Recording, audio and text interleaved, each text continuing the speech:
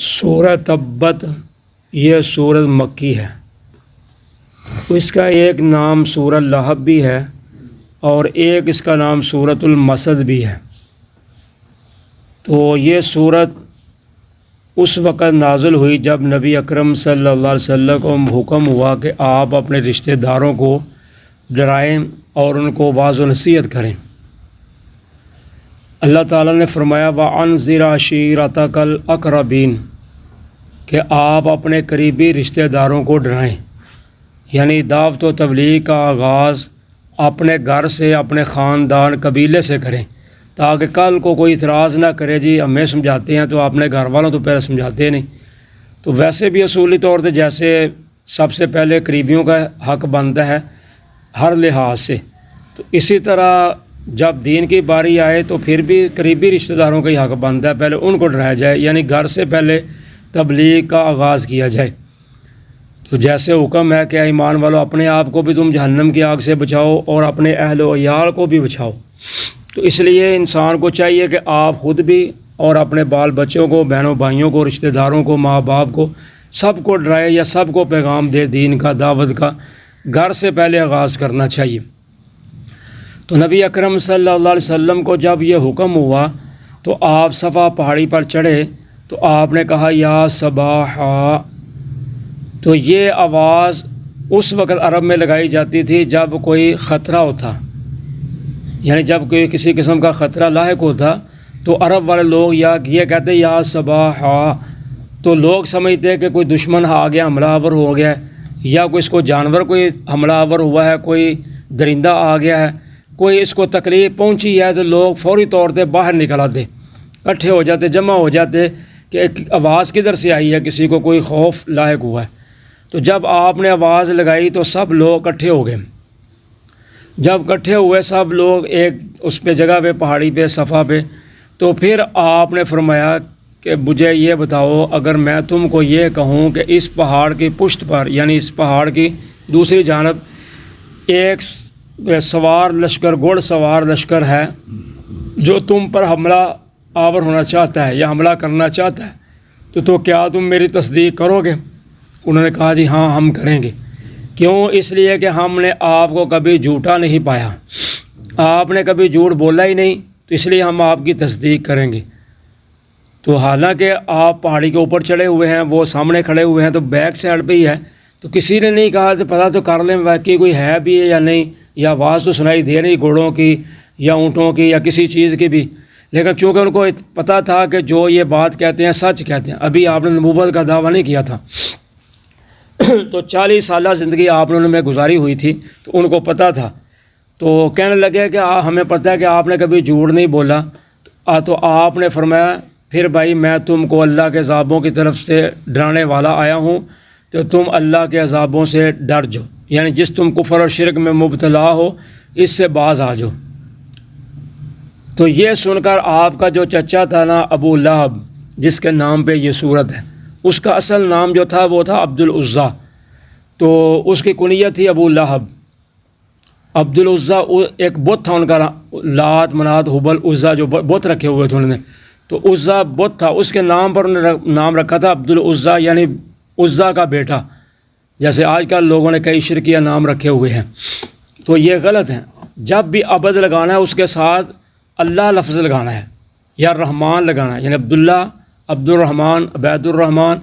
یا عبد المقید، عبد الحسیب، جب بھی نام عبد کا، کیونکہ غلام جو ہوتا ہے وہ اللہ کا بندہ، اللہ کا بندہ، تو اس لیے اللہ کا نام ساتھ لگانا چاہیے۔ تو اس کا نام تھا عبد العزیٰ، تو کنیت تھی اس کی ابو لہب۔ ابو لہب اس کو اس لیے کہتے تھے کہ وہ خوبصورت بہت زیادہ تھا، تو اس کا جو چہرہ تھا نا وہ شعلے مارتا تھا حسن کی وجہ سے، تو یا اس کا دوسرا معنی یہ بھی کیا گیا ہے چونکہ اس نے شعلہ مارنے والی آگ میں داخل ہونا ہے، تو اس لیے اس کو ابو لہب کہا گیا ہے کہ جس آگ میں اس نے جانا ہے وہ بھی شعلے مارتی ہوئی بھڑکتی ہوئی ہوگی، تو اس لیے اس کو ابو لہب کہا گیا۔ تو یہ آپ کا چچا جو تھا، حقیقی چچا تھا آپ کا سکا، تو اس نے ابو لہب نے جب یہ سنا تو آپ کو ایک تو پتھر مارا، تو ایک تو واقعہ یہ ہے پتھر والا، تو اس میں اور بھی الفاظ ہیں کہ آپ نے یہ کہا تھا کہ قولوا لا الہ الا اللہ تفلحوا تملکوا العرب والعجم، ایک حدیث میں یہ ہے، جو پہلی میں بیان کر رہا ہوں وہ اور ہے، اس میں یہ الفاظ نہیں ہیں، تو اس میں یہ ہیں، تو اس نے کہا تبا لکا، تیرے لیے ہلاکت ہو، تبا لکا سائر الیوم لہذا جمعتنا، تو ہلاک ہو جائے کیا تو اس لیے ہمیں اس طرح جمع کیا تھا۔ تو دوسرے میں آتا ہے کہ اس نے ایک پتھر پکڑ کر نبی پاک صلی اللہ علیہ وسلم کی پیشانی پر مارا، یعنی چہرے ماتھے پر مارا، تو ساتھ کہا تبا لکا، تیرے لیے ہلاکت ہو۔ حالانکہ نبی اکرم صلی اللہ علیہ وسلم فرما رہے ہیں کہ تم لا الہ الا اللہ کہو تو تم عرب و عجم کے مالک بن جاؤ گے، میرا رب تمہیں مال و دولت سے نواز دے گا، تفلحوا، تم کامیاب ہو جاؤ گے، یعنی جنت میں چلے جاؤ گے۔ دین دنیا دونوں کی اللہ تعالیٰ کے نبی صلی اللہ علیہ وسلم نے خوشخبریاں دی ہیں کہ تمہارا دنیا بھی بن جائے گی، تمہارا دین بھی بن جائے گا۔ تو چاہیے تو سوچتے، تو بجائے اس کے کہ آپ کا جو حقیقی چچا تھا، اور چچا بھی یہ تھا کہ جب نبی اکرم صلی اللہ علیہ وسلم اس دنیا میں تشریف لائے تو کہ آپ کے والد محترم پہلے عبداللہ سیدنا عبداللہ پہلے ہی فوت ہو چکے تھے، تو آپ یتیم پیدا ہوئے تھے۔ تو اس چچا کو جب پتہ چلا کہ اللہ تعالیٰ نے مجھے بھتیجا عطا کیا ہے، میرے بھائی کو اللہ نے بیٹا عطا کیا ہے، تو اس نے اس خوشی میں اپنی ایک لونڈی تھی جس کا نام تھا سویبیہ، عورت یعنی وہ لڑکی، تو اس نے اس عورت کو، اپنی لونڈی کو اس خوشی میں آزاد کر دیا کہ مجھے اللہ تعالیٰ نے بھتیجا دیا۔ لیکن جب دین کی باری آئی، ایک اللہ کی باری آئی، تو سب سے پہلے اسی حقیقی چچے نے ہی آپ کی مخالفت کر دی۔ پورے مجمع میں، پورے خاندان میں، پورے قبیلے میں اس نے آپ کی بے عزتی کر دی، اور پتھر بھی مار کے آپ کو لہو لہان بھی کر دیا، اور ساتھ یہ الفاظ بھی اتنے سخت کہے۔ تو پھر اس کا نتیجہ یہ ہوا کہ جب غزوہ بدر ہوا تو غزوہ بدر میں یہ نام لکھوانا نہیں چاہتا تھا، اس کو پتہ تھا کہ اب غزوہ ہے تو اس میں مارا جاؤں گا، تو اس نے کیا کہ اس نے کسی سے قرضہ لینا تھا، کسی بندے کو دیا ہوا تھا، تو وہ قرضہ واپس نہیں کر رہا تھا، تو اس نے کہا کہ بھائی اگر تو میرا جگہ پہ تو بدر میں چلا جائے نا تو میں تجھے قرضہ معاف کر دوں گا۔ یعنی اس نے دونوں کام نکال لیے، ایک تیر کے ساتھ دونوں شکار کر لیے، قرضہ بھی واپس کروا لیا اور بدر سے بھی بچ گیا کہ تو اگر میرا قرضہ نہیں دیتا تو میری جگہ پہ جنگ میں شریک ہو جا تو میں تجھے قرضہ معاف کر دوں گا۔ وہ اس کی جگہ پہ چلا گیا، یہ بچ گیا۔ اب جب غزوہ بدر ہوا تو غزوہ بدر میں جو بڑے بڑے کافر تھے نا وہ سب مارے گئے، تو اب اس کو بہت بڑا صدمہ ہوا کہ جو میرے ساتھ تھے تو وہ سب تو مارے گئے ہیں۔ دوسرے نمبر پر مسلمانوں کو غلبہ ہو گیا، 313 تھے، یہ 1000 تھے کافر۔ تو اب اس صدمے میں یہ بیمار ہو گیا، اور بیمار ہوا تو اس کو چیچک کی بیماری نکلی، یعنی ایک طاعون کی ایسی بیماری اس کے آئی کہ اس کو گلٹی بن گئی، اور اس کی وجہ سے ہی یہ تڑپ تڑپ کر کے مر گیا۔ تو جب مر گیا تو اس کے جسم میں ایسی بدبو پھیل گئی، یعنی اس کے وجہ سے جب بیمار رہا تو اتنی بدبو پھیل گئی کہ اس کے قریب کوئی نہیں آتا تھا، حتیٰ کہ جب مر گیا تو 3 دن تک اس کی لاش پڑی رہی۔ پھر ایک روایت میں آتا ہے کہ اس کے بیٹوں نے ایک حبشی غلام کو پیسے دے کر اس کے لیے گڑھا کھدایا، اور گڑھا کھود کے اس میں پھینک کے اوپر مٹی پتھر ڈال دیے۔ ایک روایت میں آتا ہے کہ انہوں نے دور سے ہی، یعنی اس کو پھینک دیا اور دور سے انہوں نے پتھر مار مار کے، پتھر پھینک کے تو اس کو اس پتھروں کے اندر ہی دفن کر دیا، یعنی کوئی اس کے قریب بھی نہ آیا، اس کو ہاتھ بھی نہ لگانے لگا۔ تو یہ اس کا انجام ہوا، یعنی اس طاعون کی بیماری سے گٹلی جو بنی گلٹی، اس کی وجہ سے یہ مر گیا۔ اور دوسرے نمبر پر اس کی بیوی تھی جس کا نام تھا اروا، اور وہ جمیل اس کی کنیت تھی، جمیل کے نام سے مشہور تھی، تو وہ بھی آپ کی مخالفت کرتی تھی کیونکہ خامد کے ساتھ تھی۔ تو وہ کیا کرتی تھی، لکڑیاں کٹھیاں کرتی تھی، اور لکڑیاں کٹھیاں کر کے لا کے تو آپ کے راستے میں پھینک دیتی تھی یا آپ کے اوپر پھینک دیتی تھی۔ تو بعض نے لکھا ہے کہ وہ گلے میں سونے کا ہار پہنا ہوا تھا اس نے، تو وہ کہتی تھی میں اس کو بیچ کر محمد صلی اللہ علیہ وسلم پر لگاؤں گی، تو وہ بھی آپ نے خامد کا ساتھ دیتی تھی۔ تو اللہ تعالیٰ نے اس کا بھی تذکرہ کیا ہے کہ ابو لہب بھی اور اس کا مال بھی تباہ ہو گیا، اس کی اولاد بھی اس کے کام نہ آئی، اور اس کی جو بیوی ہے وہ بھی جہنم میں جائے گی، اور اس کے گلے میں چھال کی یعنی کھجور کی یا پوست کی بٹی ہوئی جو ہوتا ہے نا رسی، وہ اس کے گلے میں ڈالی جائے گی۔ تو یعنی دونوں میاں بیوی جو تھے دونوں ہی ہلاکت کا کفر کی موت مر گئے، تو دونوں جہنم میں چلے گئے۔ تو اللہ تعالیٰ نے ان کے بارے میں یہ سورت نازل کی ہے۔ تو اللہ تعالیٰ فرماتے ہیں تبت یدا ابی لہب و تب، ابو لہب کے دونوں ہاتھ ٹوٹ گئے اور وہ خود بھی ہلاک ہو گیا۔